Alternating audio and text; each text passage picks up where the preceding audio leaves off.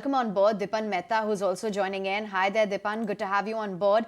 Let's get in a take then how exactly you're looking at the overall market setup. The fact that it's the broader markets, for instance, the small cap index, which hit a high for the first time in the last 2 months, while the frontliners lay low. What should the one's strategy be in terms of, buying afresh in this market?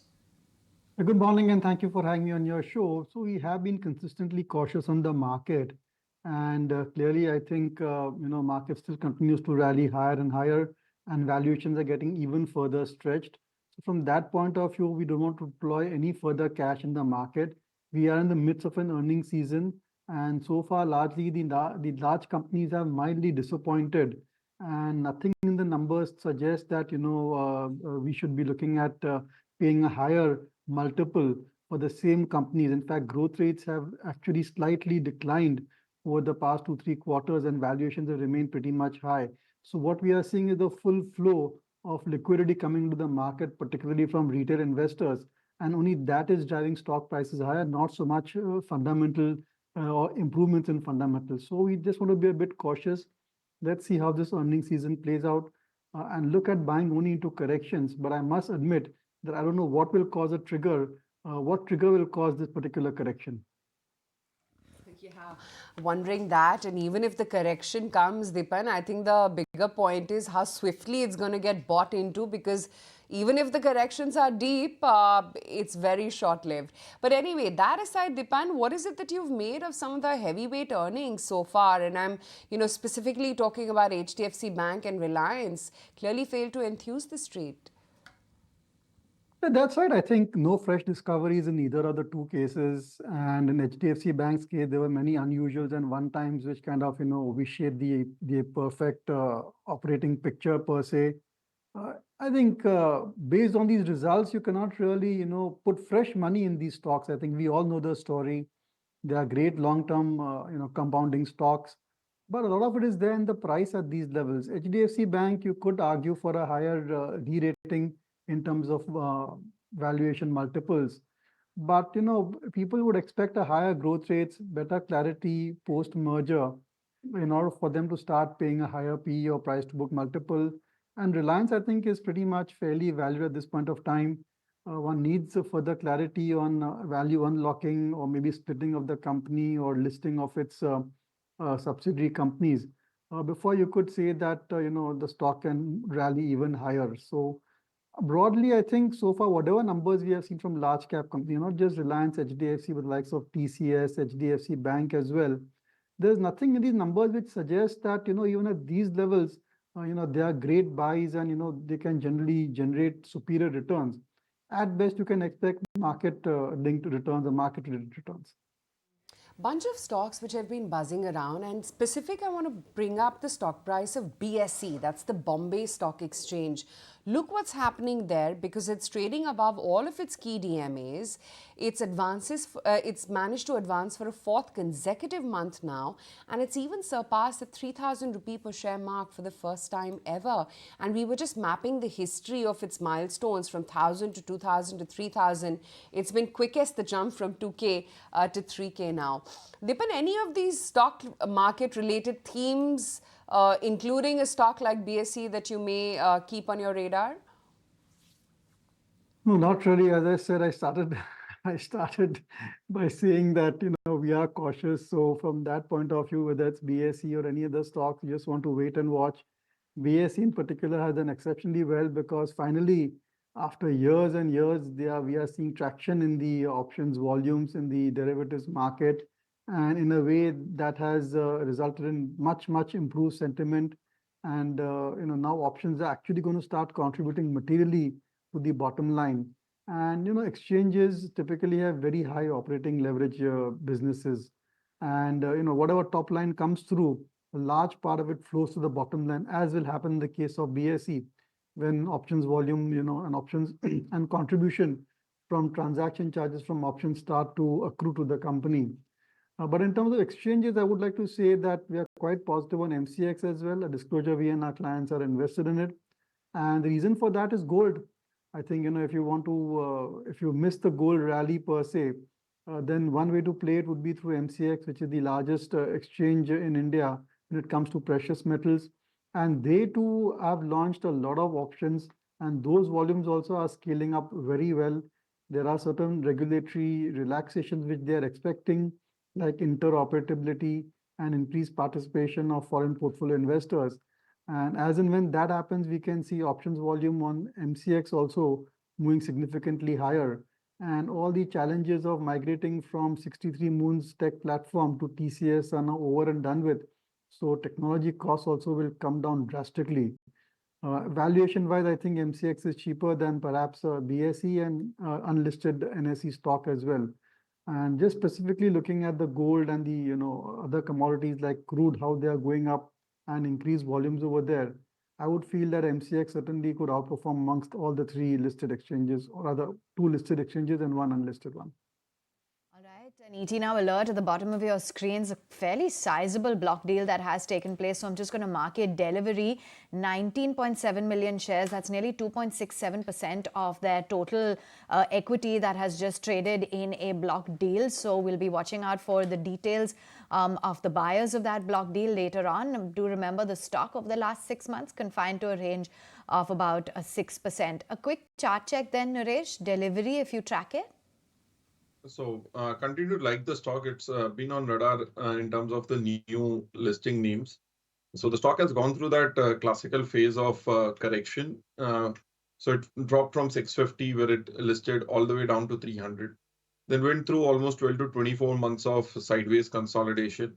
Now for the last 3-4 months, the consolidation has got tighter, wherein 420 on the downside, 460, 470 on the upside has been a resistance. Once it sustains above 470, we could well be headed towards 600. So this is a top pick in the new age company. So expecting it to break out going forward.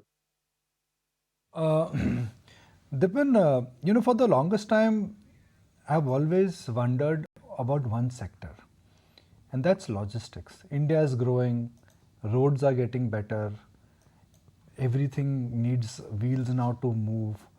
We all are now using delivery services as our mainstay.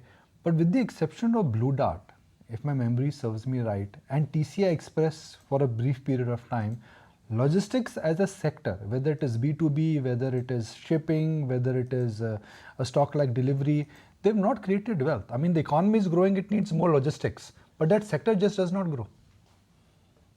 That's right, because I think there's a lot of competitive pressure over there. And that's, I think, resulted in lower steady yields. And the volumes have played an important role, but by and large, I think pricing does come into play over there. And costs, costs keep going up for logistic companies, especially fuel costs, some of which they're able to pass on, some of which they are not able to pass on. And, I think that going forward also, although it's a great sector and on the face of it, the fundamentals look very impressive, but somehow the sector hasn't really delivered. But Nikun, there is one exception, not exactly logistics, but definitely falls in that kind of a business is Adani Ports, and it's one of the stocks in the Adani group which is reasonably valued. And with the kind of acquisitions which they have done and how they start to scale up and integrate them, and on the expectation that EXIM volumes also will move up, as also the efficiencies in the company because of better operating leverages. This is one company that you could look at when you want to try and play the entire logistics, transportation, import-export business per se. 10 years of Prime Minister Modi being the Prime Minister, two regimes. Now what we've done is that we've taken the clock back 2014 versus 2024. And frankly, think about it, 10 years is not something which could be called as like a lifetime. 10 years is like a decade. Sounds big, but when you frankly consider from a market standpoint, it is not that I'm taking the markets to the last century, so to speak, now not the last millennium. But Nifty in last 10 years, just look at the change here. It's giving you a 200% return. Sensex, pretty much at par, has given you 200% return. But let's look at some individual stocks here, and that's where I think the magic has happened. Now these are large cap stocks. TCS has given you returns which are slightly better than what markets have done. HDFC Bank, it's not been a real star outperformer despite being the haloed financial stock in last of India. Reliance Industries 5x, but that's almost double than that of the market. But Adani Enterprises, hold your breath, guys, in last 10 years. Dipan, I know you cannot see the screen, so I'll perhaps urge you or encourage you to guess. Adani Enterprise in last 10 years and Bajaj Finance in last 10 I can years. see your screen. Oh, you can I see my can see screen. your screen. Oh, cheating, not allowed. But my eyes on Bajaj Finance because that's a stock that we and our clients own, and I'm pleased to know that it has gone up 36 times in 10 years. So,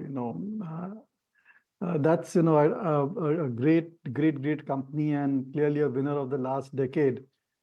So from that point of view, I think everybody's got one or two of these stocks in their portfolio which have done very well, which have resulted in their outperformance. And who knows, next 10 years also may not be the same companies, but similar returns can be expected if you have your stock selection right. And I know you're going to ask me which is the stock for the next 10 years, and I do not have an answer at this point of time. As I said that, right now we are in a wait and watch zone. But something will emerge, and one has to keep chipping away at trying to find the right stock ideas for the next 10 years.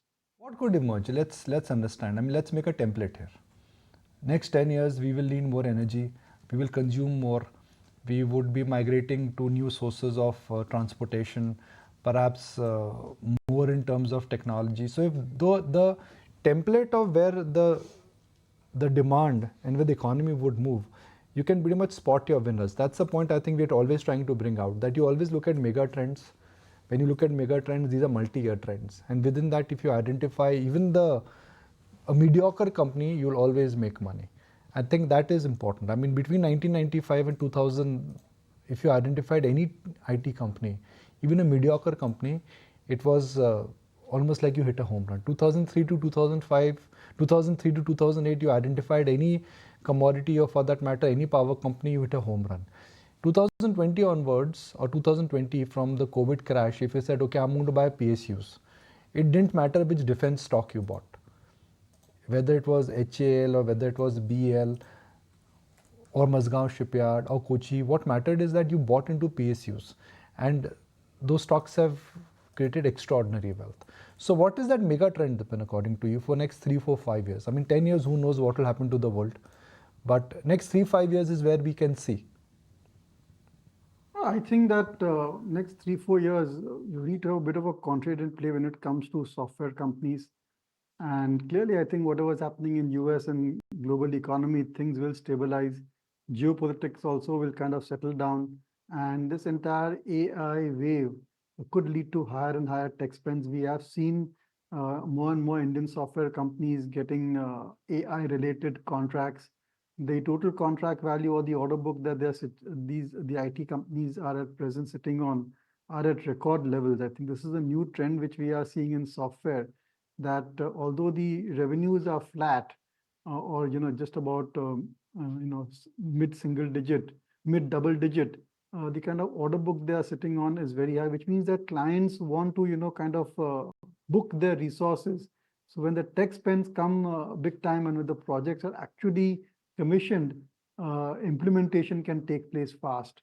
And valuations are reasonable. I think these companies are still going at about 2.5 times price earnings to growth. But longer term growth trends are not, I think they're underestimated by a lot of analysts. And look, technology is the way forward. I think the biggest trend of the next decade has to be AI. And the best way to play AI would be through Indian software service companies. Okay, in fact, you've also got the metals sector on CLSA's radar. They're positive on Hindalco as well as Vedanta and believe that JSPL could have higher earnings growth. But Dipan, I wanted to get in your take as well on the entire, metal space as a whole. We've had the Middle Eastern conflict, the macro environment, all of that has seen commodity prices being driven higher across the board. What's your assessment as to where there's potential stock-wise? So I think there is a lot of disparity in the way commodity prices have moved up. Gold, silver have gone up, crude oil also has gone up, but zinc is lower. Steel is facing stress globally because China has got a lot of spare capacity, and they are dumping steel in the market. Iron ore prices are on the lower side because of lower steel production. So it's a very confusing picture when it comes to commodities. And fine, I mean, there's nothing new in it. Commodities are always, high decibel type of an industry where continuously we have data points domestically and globally. But then look at the commodity stocks per se. I think whether it's Hindustan Zinc or it is, JSW Steel, Tata Steel, these stocks are not available at extremely attractive valuations compared to the historical averages, or even compared to what their long-term earnings potential are. So I don't mind the volatility in commodity prices. I think it's something which is there to stay for decades and decades, has been so. But when you're entering into an industry where there's so much of volatility in earnings, you want to get in at the really the right price, at the absolute bargain basement price. And it's not that these companies are trading at these levels. So from that point of view, I don't think you will make super returns for buying into commodity stocks at this point of time. 2, 3 exceptions come to mind because of very specific situations. Two rather. One is Vedanta, because I think if they split the company and they're able to sell off a few of those entities and repay debt at the parent level, certainly the sentiment in the stock will improve. And broadly, I think the subsidiary companies and the various metal businesses are pretty fairly well run. And in terms of global, kind of ranking in terms of cost, they are very attractive from that point of view. And you mentioned Jindal Stainless. I think that's another company which is rapidly expanding its capacity. And we are finding stainless steel increased usage because of broader consumer trends in appliances and kitchen utensils and some of the other applications. And a lot of capacity is going on stream over there. So that may benefit, that may rather lead to higher volumes, which may result in higher profits. Although, the actual prices may keep on fluctuating and cause volatility in earnings. All right, Dipan, good to have you on board. Thanks so much for joining in with your take. If you like this video, then like, share and subscribe to ET Now.